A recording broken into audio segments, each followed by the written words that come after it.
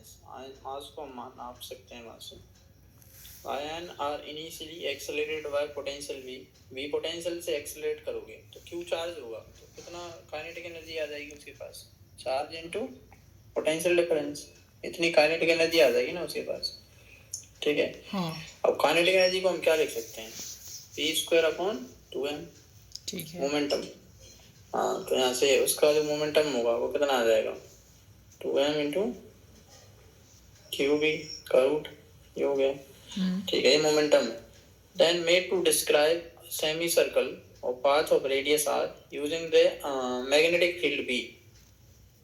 V and V are kept constant. Magnetic field भी same है, potential difference भी same है, तो रेशियो बताना है चार्ज का और मास का, किसके प्रोपोर्शनल होगा ये। देखो यहाँ से चार्ज को हम अलग अलग चार्ज को बजाते हैं, यहाँ पे एक थोड़ी सी जगह होती है, यहाँ से चार्ज निकलेगा, इधर है मैग्नेटिक फील्ड, तो ये सर्कल में घूम जाएगा ना ये। ठीक है, ये सर्कल में घूम जाएगा यहाँ पर, जिसका सेंटर होगा इधर। अगर तुम फील्ड बाहर लेते तो सेंटर नीचे बनता, तो इस तरीके से जाएगा और ऐसे घूम जाएगा। बताओ, ये अलग अलग रेडियस में घूमेगा ना ये। हाँ। अलग अलग, क्योंकि चार्ज होगा अगर, तो वो अलग अलग रेडियस में जा रहा होगा। तो रेडियस के लिए हम क्या फॉर्मूला लिखेंगे, आर बराबर M B upon Q into B, ये आ जाएगा। अब एम बी को हम क्या लिख सकते हैं, ये चीज। ठीक है, तो रेडियस क्या आ रही है यहाँ से, 2 into M into charge into potential difference, ये वेलोसिटी वाला है, ये पोटेंशियल डिफरेंस है, का रूट अपॉन क्यू बी। ठीक है, तो इन्होंने रेशियो पूछा है charge on the ions and mass of the ions, तो इसको सिंपलीफाई करोगे तो क्या मिलेगा तुम्हें, बी दोनों के लिए सेम, क्यू भी सेम दोनों के लिए, तो radius R is proportional to the under root में एम बाई क्यू। क्या आ रहा है, तो आर स्क्वायर आ जाएगा ना यहाँ से। अच्छा, उल्टा पूछा है इन्होंने, तो क्यू बाई एम किसके प्रोपोर्शनल आ रहा है, 1 अपॉन आर स्क्वायर। सर ये तो सिलेबस में है, आप क्यों बोल रहे थे। हाँ, ये है नहीं ना तुम्हारे, वैसे कुछ ज्यादा यूज थोड़ी किया है, आर बराबर एम बी बाई क्यू भी यूज किया है बस। एम बी मोमेंटम है, मोमेंटम को तुम क्या लिख सकते हो, 2m इनटू काइनेटिक एनर्जी, बस। अच्छा, ठीक है। ठीक है, बेसिक कॉन्सेप्ट लगाया ना, कुछ खास है नहीं उसमें। वेलोसिटी सिलेक्टर जो होता है उसमें भी तो ऐसे ही करते हैं तुम, वही तो चीज है, वो पहले था, नहीं है सिलेबस, सुना होगा ना तुमने वेलोसिटी सिलेक्टर। हाँ सर, उसका भी मैं पढ़ लिया हूँ। वो भी नहीं है।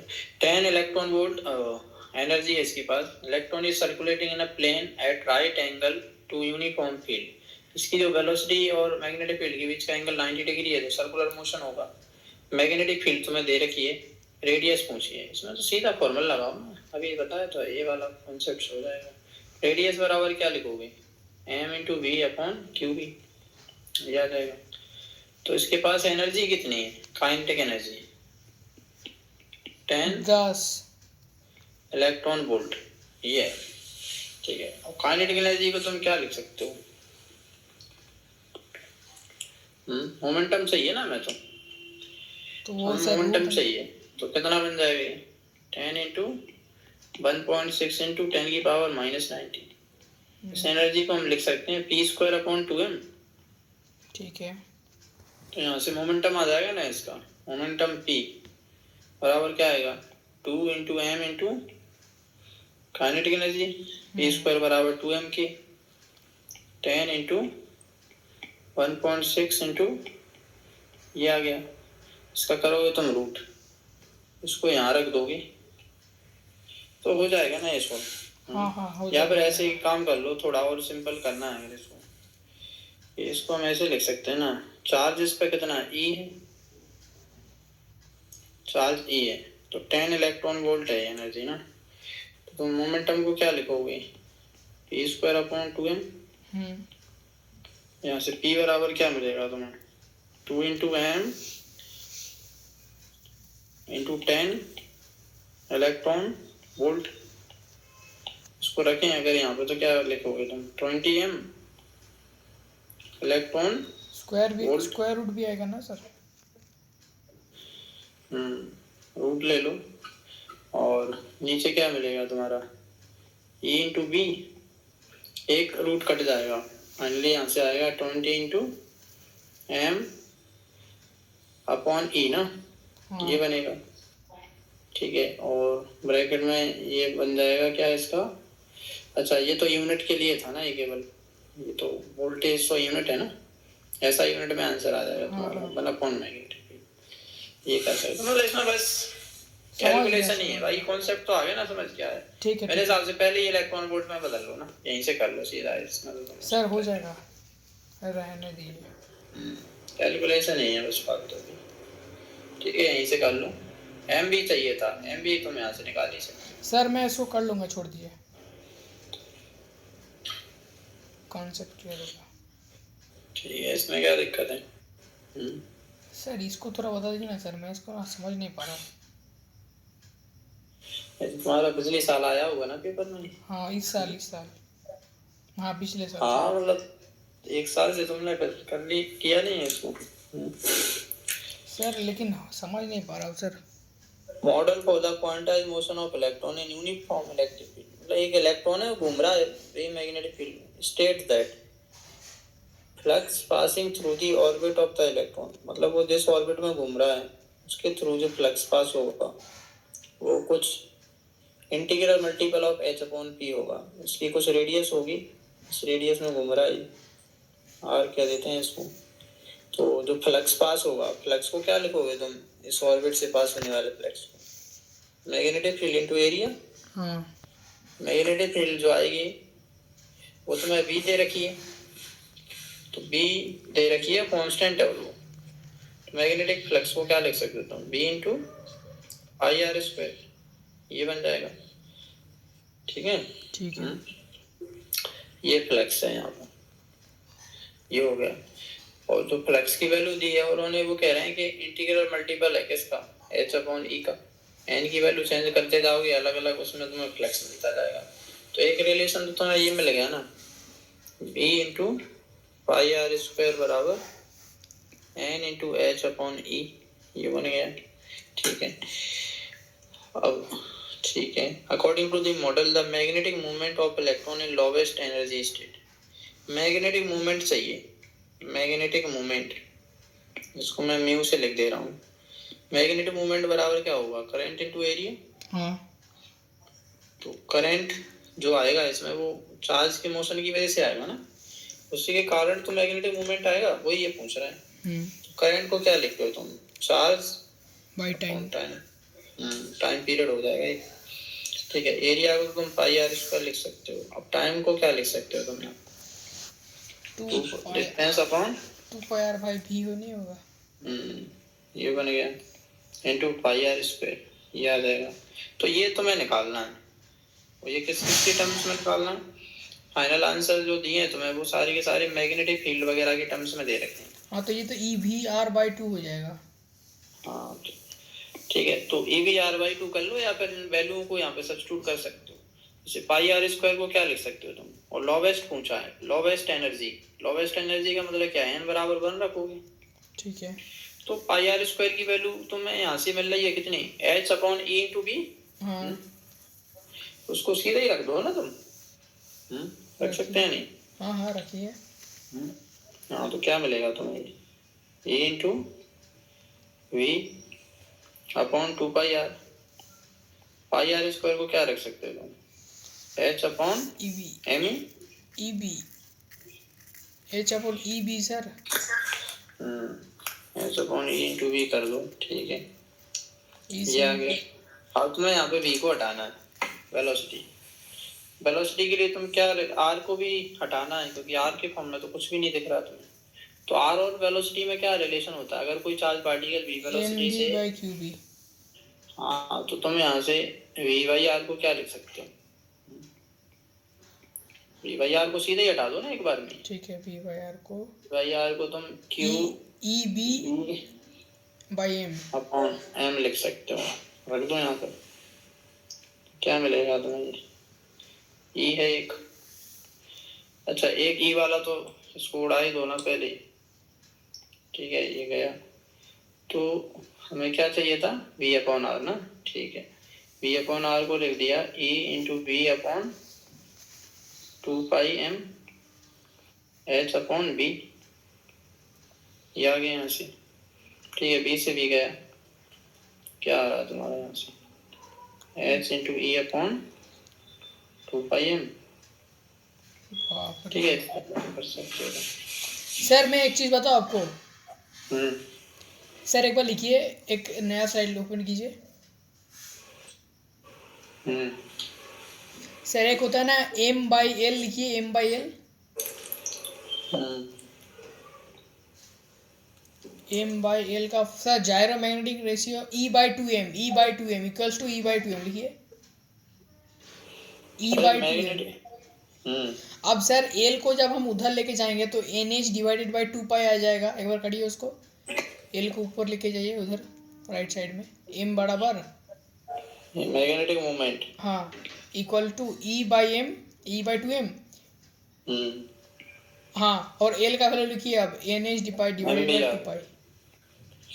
अरे ये यहाँ पे थोड़ी लगेगा, क्योंकि ये कोई एटम थोड़ी है, अच्छा ये एटम थोड़ी है, एटम है ही नहीं, एक अकेला चार्ज पार्टिकल घूम रहा है। एटम कहाँ लिखा है इसमें कि ये एटम है, बताओ तो। मैंने से अपॉन 2 पाई कैसे लगा रहे हो, वैसे भी हाइड्रोजन लाइक स्पेस से नहीं है, तो बोर मॉडल तो यहाँ लगेगा ही नहीं। अच्छा एटम थोड़ी है, एक अकेला चार्ज घूम रहा है बस। ओके सर, मैं इसको ऐसे कर रहा था, एन एच डिवाइडेड बाई 2 पाई और एन का मिनिमम वैल्यू लेके कर ले रहा था। हाँ पर वो है ही नहीं ना। लेकिन सर आंसर मैच कहा जा रहा सर। हम्म, कहाँ कर रहा है मैच, 2 एक्स्ट्रा आ रहा है ना। हाँ तो 2 को एन का वैल्यू 2 लीजिए, देखिए देखिए आंसर आ जाएगा। एम 2 क्यों लोगे? मिनिमम सर पूछा है ना, तो मिनिमम 1 2 भी हो सकता है। चलो ठीक है, कोई बात नहीं। पर देखो मतलब ज्यादा कुछ किया नहीं है उन्होंने, जो बोला फ्लक्स है तो एन के प्रोपोर्शनल करना है, कर दिया, ठीक है। फिर उसके बाद मतलब मैग्नेटिक मूवमेंट की जो वैल्यू रहती है उसको रख दी, फिर वहां पर हमें ये सब जरूरत पड़ी वो निकालते गए। आप इसको अच्छे से सर, आप इसको बहुत अच्छे से हैंडल कर लिया सर। क्यों? मतलब एक के ऊपर एक, एक के ऊपर एक करके, इसीलिए आपका आंसर जल्दी आया। क्यों देर में आया था क्या किसी का? हम्म। देर में किसका आया? देर में किसका? नहीं नहीं, मतलब सर आप बहुत सीक्वेंसली किया है इसको, मतलब सीक्वेंस का मैनर में। ये सीक्वेंस वाइज तो किया ही है मैंने, नहीं तो फंस जाते इसमें। हाँ वही तो, इसमें भी फंस जाते तो 10-15 मिनट मिल जाते, हो सकता था, नहीं आता। वही तो सर। ठीक हाँ, है तो सर। सीक्वेंस वाइज देखा मैंने कि ये आ गया, अब ये चाहिए तो ये यहाँ से निकालें, तो वो थोड़ा सिस्टमेटिक हो गया ना। सर बहुत सिस्टमेटिक किया। नहीं तो फंस जाते तुम। ठीक है सर, हो गया। ठीक है, मतलब बाकी कोई और करना चाहे तो थोड़ा अलग भी कर सकता है, जैसे कि कुछ वो है क्या? इसको काट देगा, ये भी r/2 वैसे करके भी तो कर हाँ सकते सर, हैं। मेरे को तो ये इसको याद है कि मैग्नेटिक मूवमेंट होता है आपका EVR/2, ठीक है, इतना सर मेरे को याद होता था। हाँ तो वहां से भी तो कर सकते हो तुम। वो बताना या ठीक है? एक बार बता दीजिए सर, एक बार बता दीजिए। क्यों, ये नहीं आएगा समझ? समझ आ गया सर इसको भी, मतलब उसको भी एक बार बता दीजिए, ताकि सर कल अगर कुछ अलग पूछे ना तो मैं फंस जाऊंगा। अरे ये भी r/2 ही तो लिखा है, या नहीं हाँ लिखा? हाँ हाँ, वो तो जो आपने व्हाइट वाला बक्सा में बंद किया। पाई से पाई काट दो, r से r गया, तो ये भी r/2 ही तो लिखा वो है। भी तो है। ठीक है सर, तब तो हो गया। ठीक है, ये भी r/2 ही है, और फिर उसमें तुम वैल्यू को रख दो, आ जाएगा आंसर। वही करने के बताना है क्या? नहीं नहीं, ठीक है, रहने दीजिए। चलो ठीक है।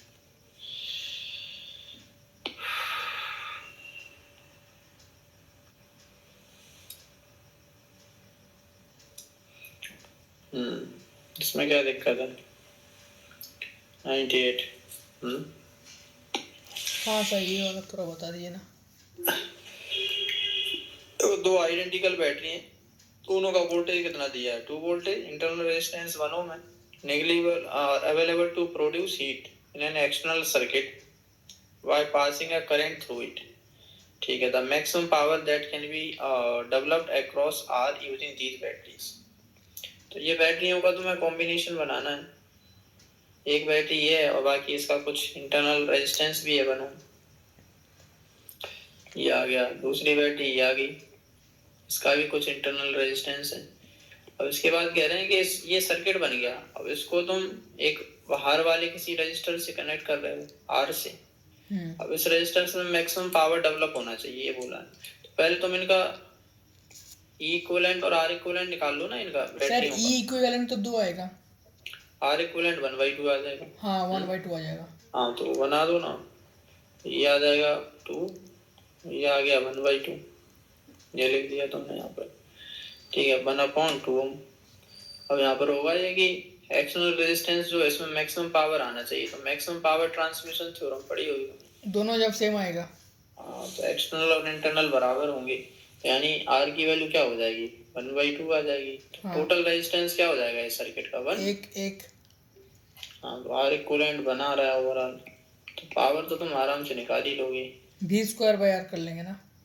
अरे v²/r क्यों करोगे, तो टोटल पावर आएगी वो। तो पहले तुम करंट निकालो ना, इसमें तुम्हें पावर इसमें चाहिए केवल i²r। अच्छा सर्किट में थोड़ी चाहिए, पहले तुम करंट i²r कर लेंगे तब। हाँ तो आई की वैल्यू आएगी 1 v/r। हाँ तो बस हो गया यहाँ से। सर पावर 1 कैसे है सर, 2 तो क्या 2? अरे 2/1 2 आएगा ना, तो ये तो लिखा है। पावर को क्या लिखोगे तुम, i² × r, 2 आ रहा है यहाँ से, ठीक है ओके। हो गया। और क्या, और कुछ नहीं 2 बैटरी ऑफ EMF 4 और 8, इंटरनल रेजिस्टेंस दिया है तुम्हें, ठीक है बाहर वाला रेजिस्टेंस 9 है। करंट बताना है, करंट तो निकाल ही लिया होगा तुमने। हाँ टोटल रेजिस्टेंस डिवाइडेड वो सर I/v/r। हाँ तो ये बैटरी इधर करंट फ्लो कराना चाह रही है, ये इधर कराना चाह तो रही है। नेट बड़ी 4 वाली हुआ, नेट 4 हाँ तो बड़ी वाली 1/3 है इधर आएगा ओवरऑल, ठीक है। तो आई बराबर क्या लिखोगे तुम यहाँ पे, 8 - 4/, हाँ वो तो कर लिया 12 3 और 9 3 12 1/3 4/12 करोगे 1/3 आ रहा है यहाँ से, 1/3 एम्पियर, ठीक है। पी एंड क्यू के बीच पोटेंशियल डिफरेंस पूछा है ना, तो ये क्या आई आर के बराबर नहीं होगा क्या, V बराबर आई आर। अरे ये P का पोटेंशियल, ये Q का पोटेंशियल, कितना डिफरेंस आएगा I × R, 9I आंसर आएगा तुम्हारा। VP - VQ बराबर क्या हुआ 9I या नहीं, 3 आ जाएगा ना, इसमें क्या दिक्कत थी तुम्हें, अरे बहुत सिंपल क्वेश्चन था।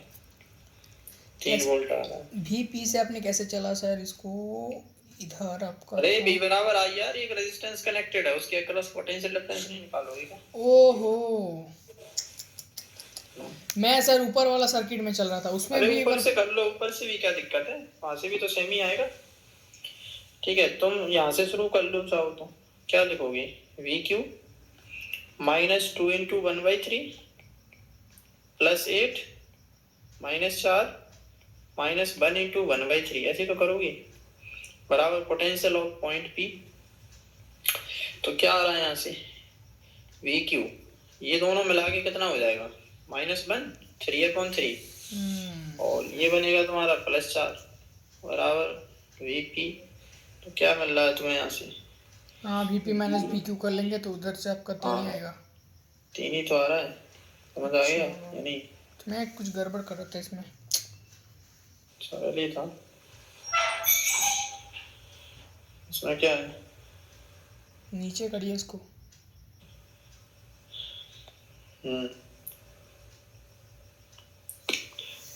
You are given several identical resistance, दोनों सबकी वैल्यू ये दे रखी है तुम्हें।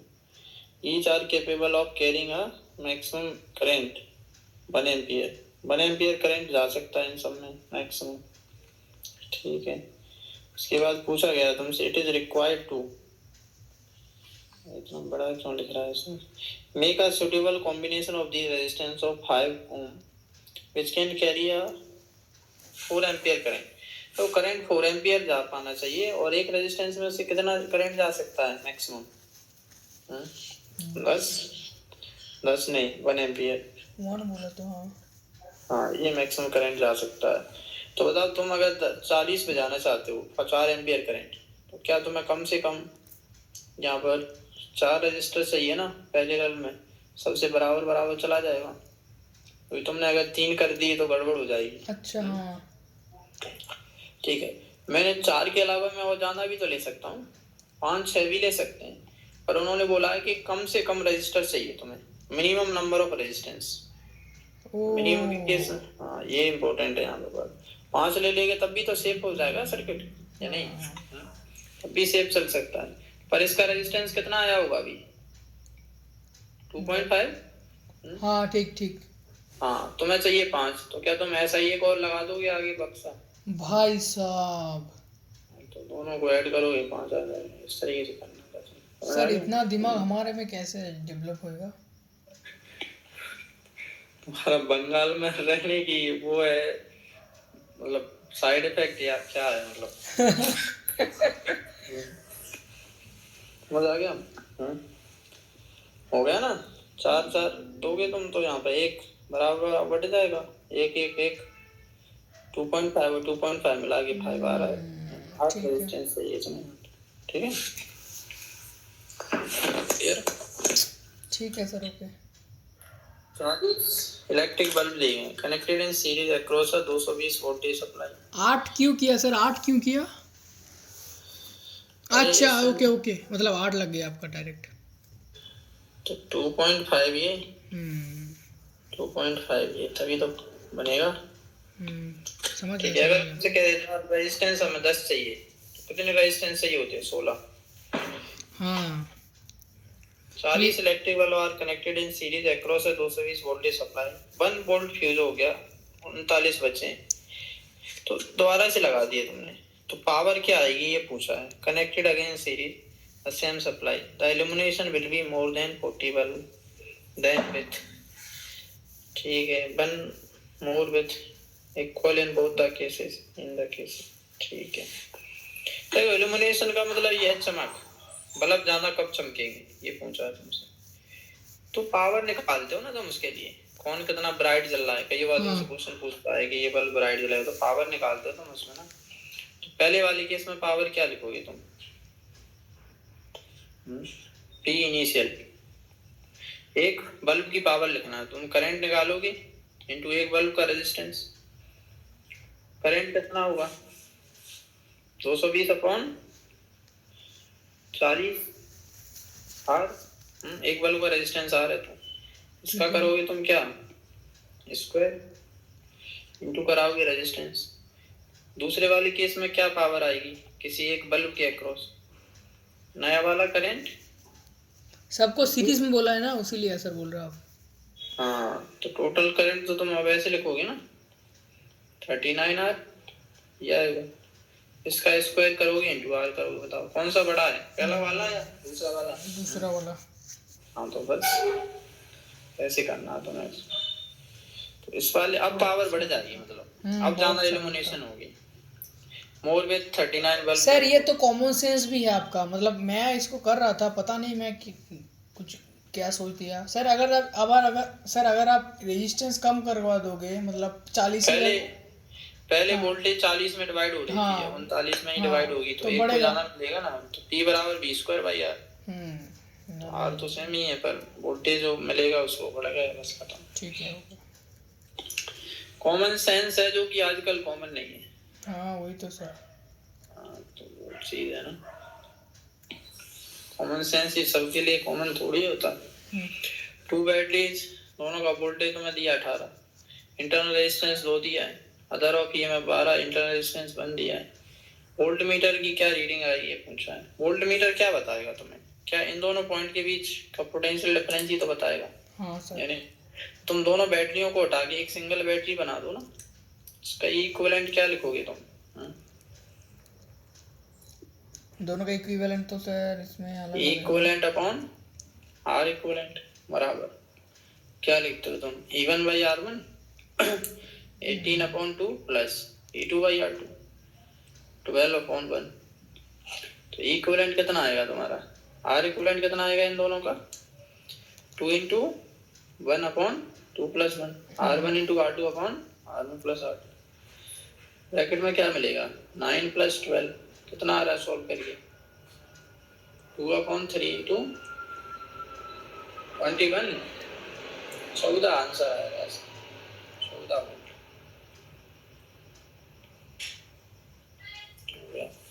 ये तो करना था इसमें।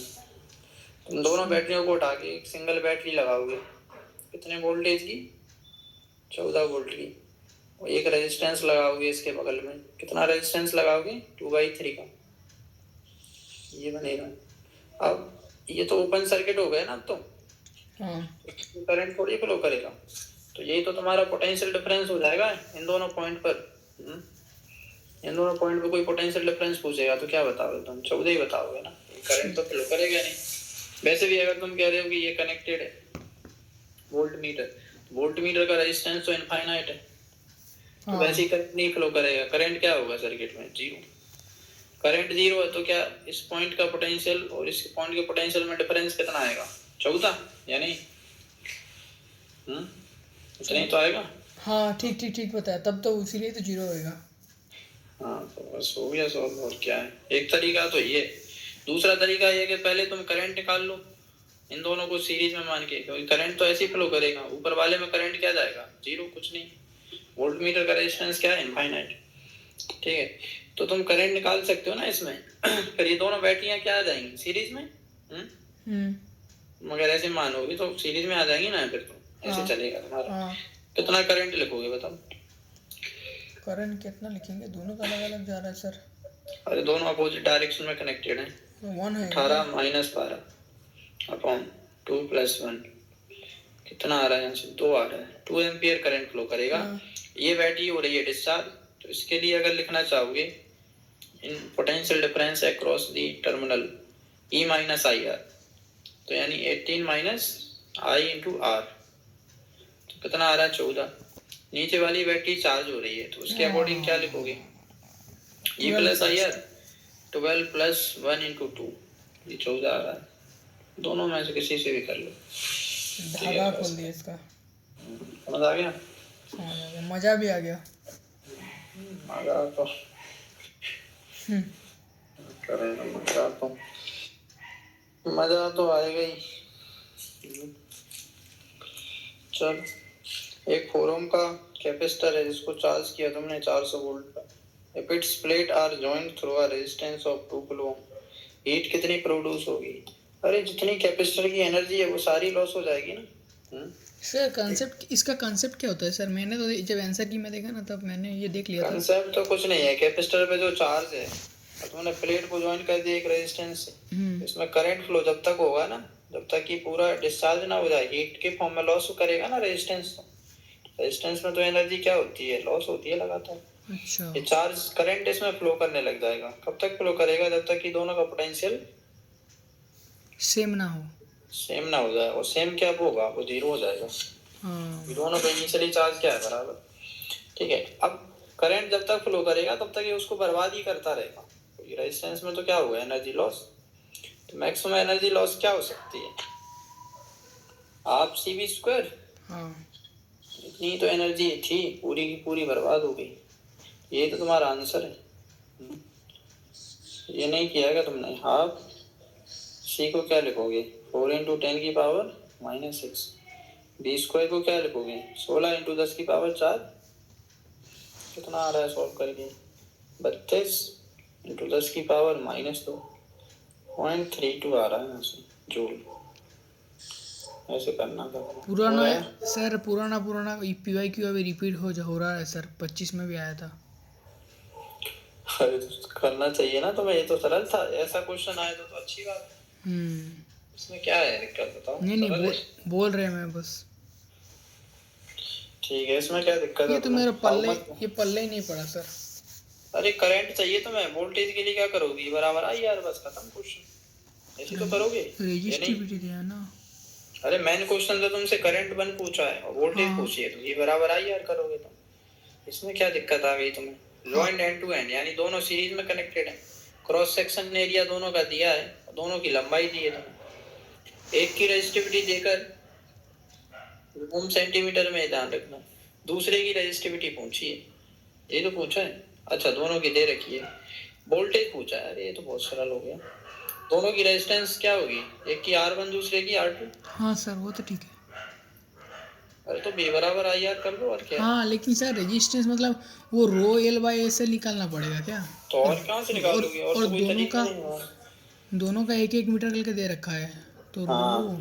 R1 बराबर क्या लिखोगे, रो हाँ 1.7 इंटू 10 की पावर -8 बनेगा, रो सेंटीमीटर को मीटर में बदलोगे एल बाई ए तो लिखोगे 1 वन नीचे लिख दिया जीरो क्या? इंटू 10 की पावर -4 हो रहा है यहाँ पर, ये होगा अच्छा एक्चुअली। L/A। दूसरे वाले का क्या लिखोगे, के लिए कितना दिया है तुम्हें, 10 के पावर 5 -5। -7 हो जाएगा वो। हाँ L1 लिखोगे, एरिया दोनों का सेम है 0, इसको चाहो तो 10 की पावर -6 ही लिख दो डायरेक्ट, -6 ही तो बनेगा ये। -6 कैसे बन रहा है? सेंटीमीटर है उसे लिए क्या? अरे यहाँ से डेसिमल हटाओगे क्या आएगा ये, -6 नहीं आएगा क्या। अच्छा वो हाँ वो वाला तो ठीक है सर। ऊपर में अपने -7 कैसे कर लिया सर R2 में? अरे ये सेंटीमीटर में नहीं है क्या ये इसमें भी तो किया था 8 अच्छा अच्छा ओके सेंटीमीटर ओके का। Okay okay sorry sorry. बस हो गया, और क्या है, कितना आ रहा है ये, हाँ ये आ रहा है आपका 1.7 इंटू 10 की पावर -8 +4 +2, ऐसे तो बनेगा। हाँ हाँ मतलब 0.017 1.7 इंटू 10 की पावर -2। -2 ना। हाँ ठीक है और नीचे उसमें आ रहा कितना सर बने, 0.1। 0.1 आ रहा है इसमें, बस दोनों रेजिस्टेंस को जोड़ दो, V बराबर आई आर आ जाएगा। आई की वैल्यू 1 है, यानी जो रेजिस्टेंस है वही तुम्हारा वोल्टेज है, दोनों को जोड़ दो बस खत्म। मुझे लगता है ऐसा कुछ आएगा शायद, ये यही होगा, 10 की पावर -6 तो नहीं जाएगा क्या। ठीक है, इस तरीके से करना दिख रहा है ना क्लियरली, 1.7 और इसको ये तो जोड़ोगे सर बहुत ही सरल था, मैं इसको पकड़ नहीं पाया सर। तुम और कुछ पकड़ रहे हो तो कहाँ से होगा तुम्हारा, समझ आ गया।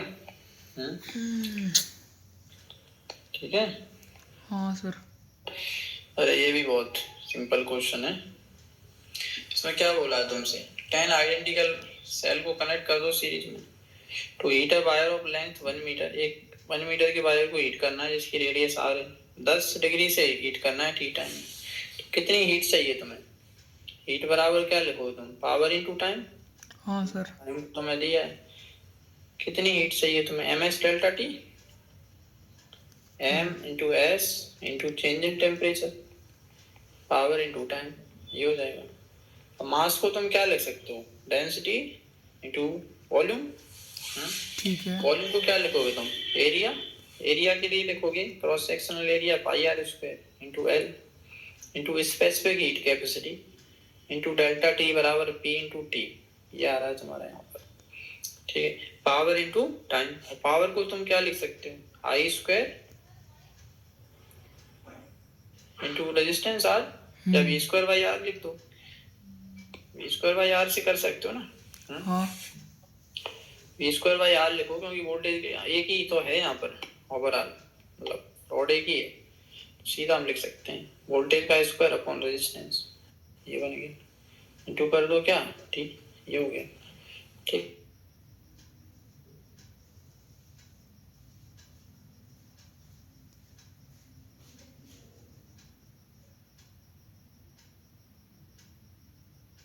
हेलो। ये तो यहाँ से तुम्हें जो है ये रिलेशन मिल गया ना। आर को तुम चाहो तो रो एल बाई ये भी लिख सकते हो, लिखना हो तो same temperature delta T, T same है, तो क्या क्या सेम है इसमें।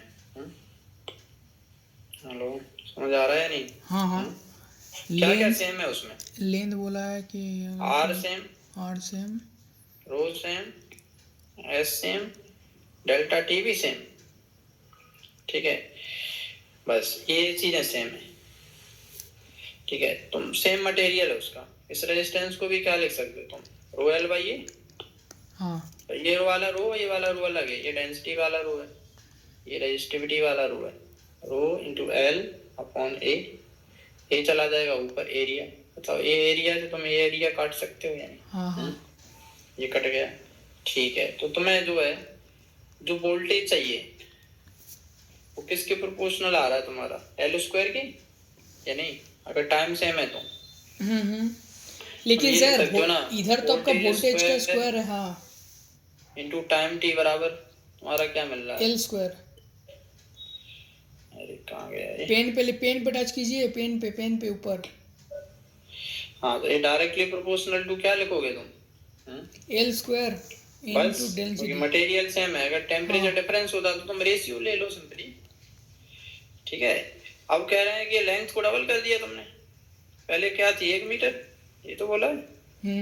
लेंथ को डबल करने पे जो वोल्टेज चाहिए तुम्हें, अरे टी भी सेम दिया है, टाइम सेम दिया है, तो क्या voltage directly proportional to length या नहीं?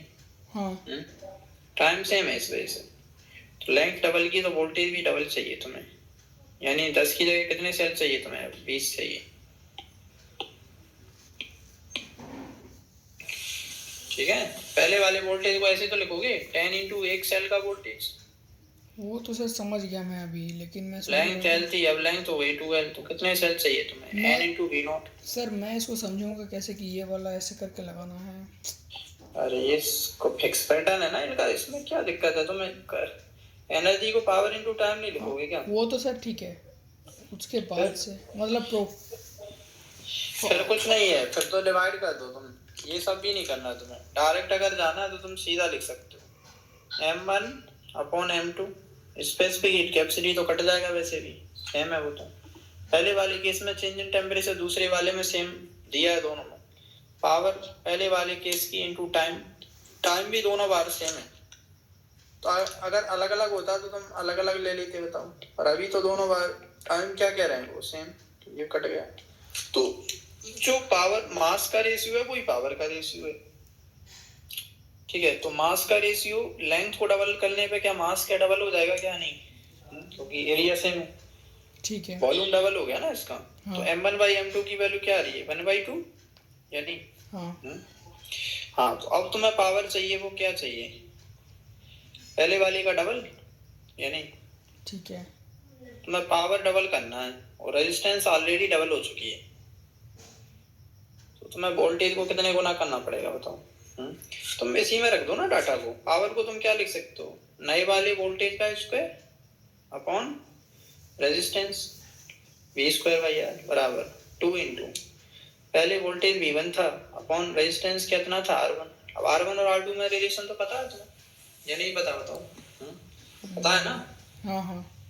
क्या रिलेशन है r1 और R1 R2 में मतलब कौन सा रिलेशन? वो वाला जो आपका रो सेम था उसमें? अरे वो नहीं, लेंथ डबल किया तो तुम्हारा रेजिस्टेंस डबल हो गया ना। हाँ हाँ वो तो है। हाँ, तो तो वो जस्ट डबल है ना उसका, ये रिलेशन पूछ रहा हूँ ना बस मैं। अच्छा, R1 और R2, हाँ। हाँ तो बस, तो तुम्हारा v2 बराबर v2² बराबर क्या 4 टाइम्स ऑफ v1² आ रहा है यानी? हाँ हाँ यस। हाँ तो बस हो गया, तो v2 बराबर क्या 2 टाइम्स ऑफ v1 आ गया। मतलब अब तुम्हें वोल्टेज चाहिए वो डबल चाहिए, तो सेल की संख्या भी क्या होगी? डबल चाहिए, बस हो गया। ठीक है, बेसिक मैथ है, ऐसे भी कर लो, घुमा फिरा के बात नहीं है, समझ आ गया या नहीं? ओके। ठीक है, हाँ सर, चलो ठीक है। ये भी है। इसका क्वेश्चन कहाँ गया?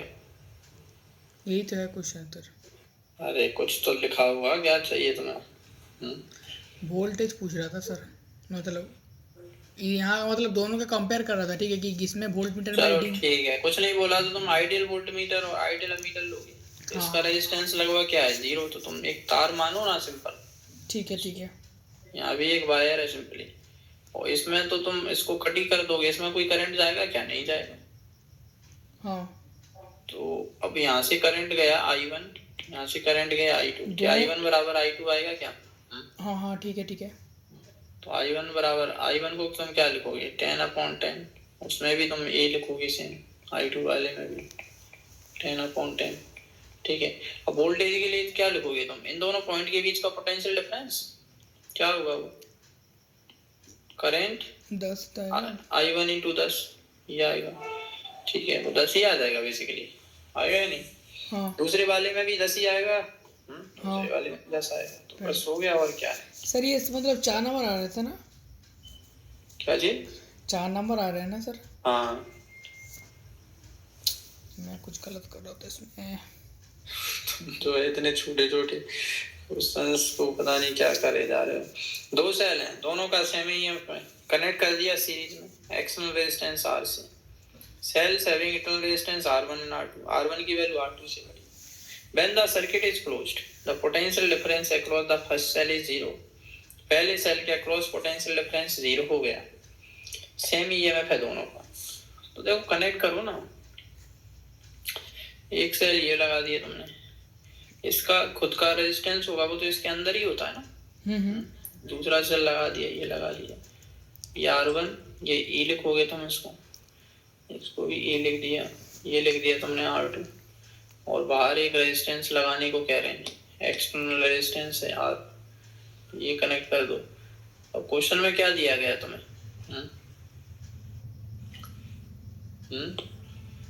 क्वेश्चन में तुम्हें ये दिया गया है कि इस वाले सेल के अक्रॉस पोटेंशियल डिफरेंस 0 है, तो करंट को क्या लिखोगे तुम? I बराबर क्या लिखा जाएगा यहाँ पर? 2E upon R plus R1 plus R2, ये लिखोगे। अब इसके अक्रॉस पोटेंशियल डिफरेंस क्या लिखोगे? ये 2 पॉइंट है, ये क्या हो रही है? डिस्चार्ज। तो V A बड़ा है, V छोटा है, क्या लिखोगे इसको? क्या E माइनस I R1 लिखोगे? ऐसे तो लिखोगे या नहीं? E बराबर E माइनस I R, ठीक है, ये लिख दिया तुमने। अब इसकी वैल्यू वो कह रहे हैं 0 आ रही है, इसका मतलब क्या है? मतलब E बराबर IR, क्या जी? E बराबर IR। हाँ, तो तुम E को IR1 लिख दो ना, आंसर तुम्हारा आ जाएगा तुरंत ही। इस E को यहाँ रख दो ना, इस जगह पे I की वैल्यू रख दो, जो तुम्हें अच्छा लगे वैसे कर लो, ठीक है। तो क्या आंसर आ जाएगा?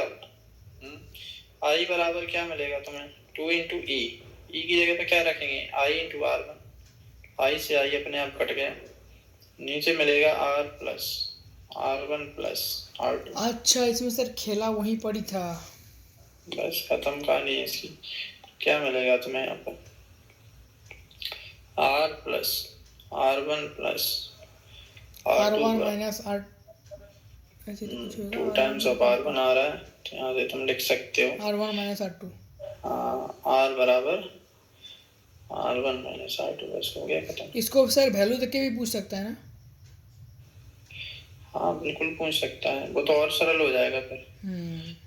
वेरिएबल देखे तो थोड़ा सा चैलेंजिंग लगता है, डर का मतलब ऐसा कुछ है नहीं चैलेंजिंग। समझ आ गया? समझ आ गया सर पूरा एकदम। और कुछ नहीं, हो गए ना सारी? हाँ चलो ठीक है, फिर और करो। ये चीजें मतलब इतनी टफ नहीं थी। हाँ, 1-2 क्वेश्चन सर ठीक ठाक था, बाकी सर बहुत सरल था एकदम।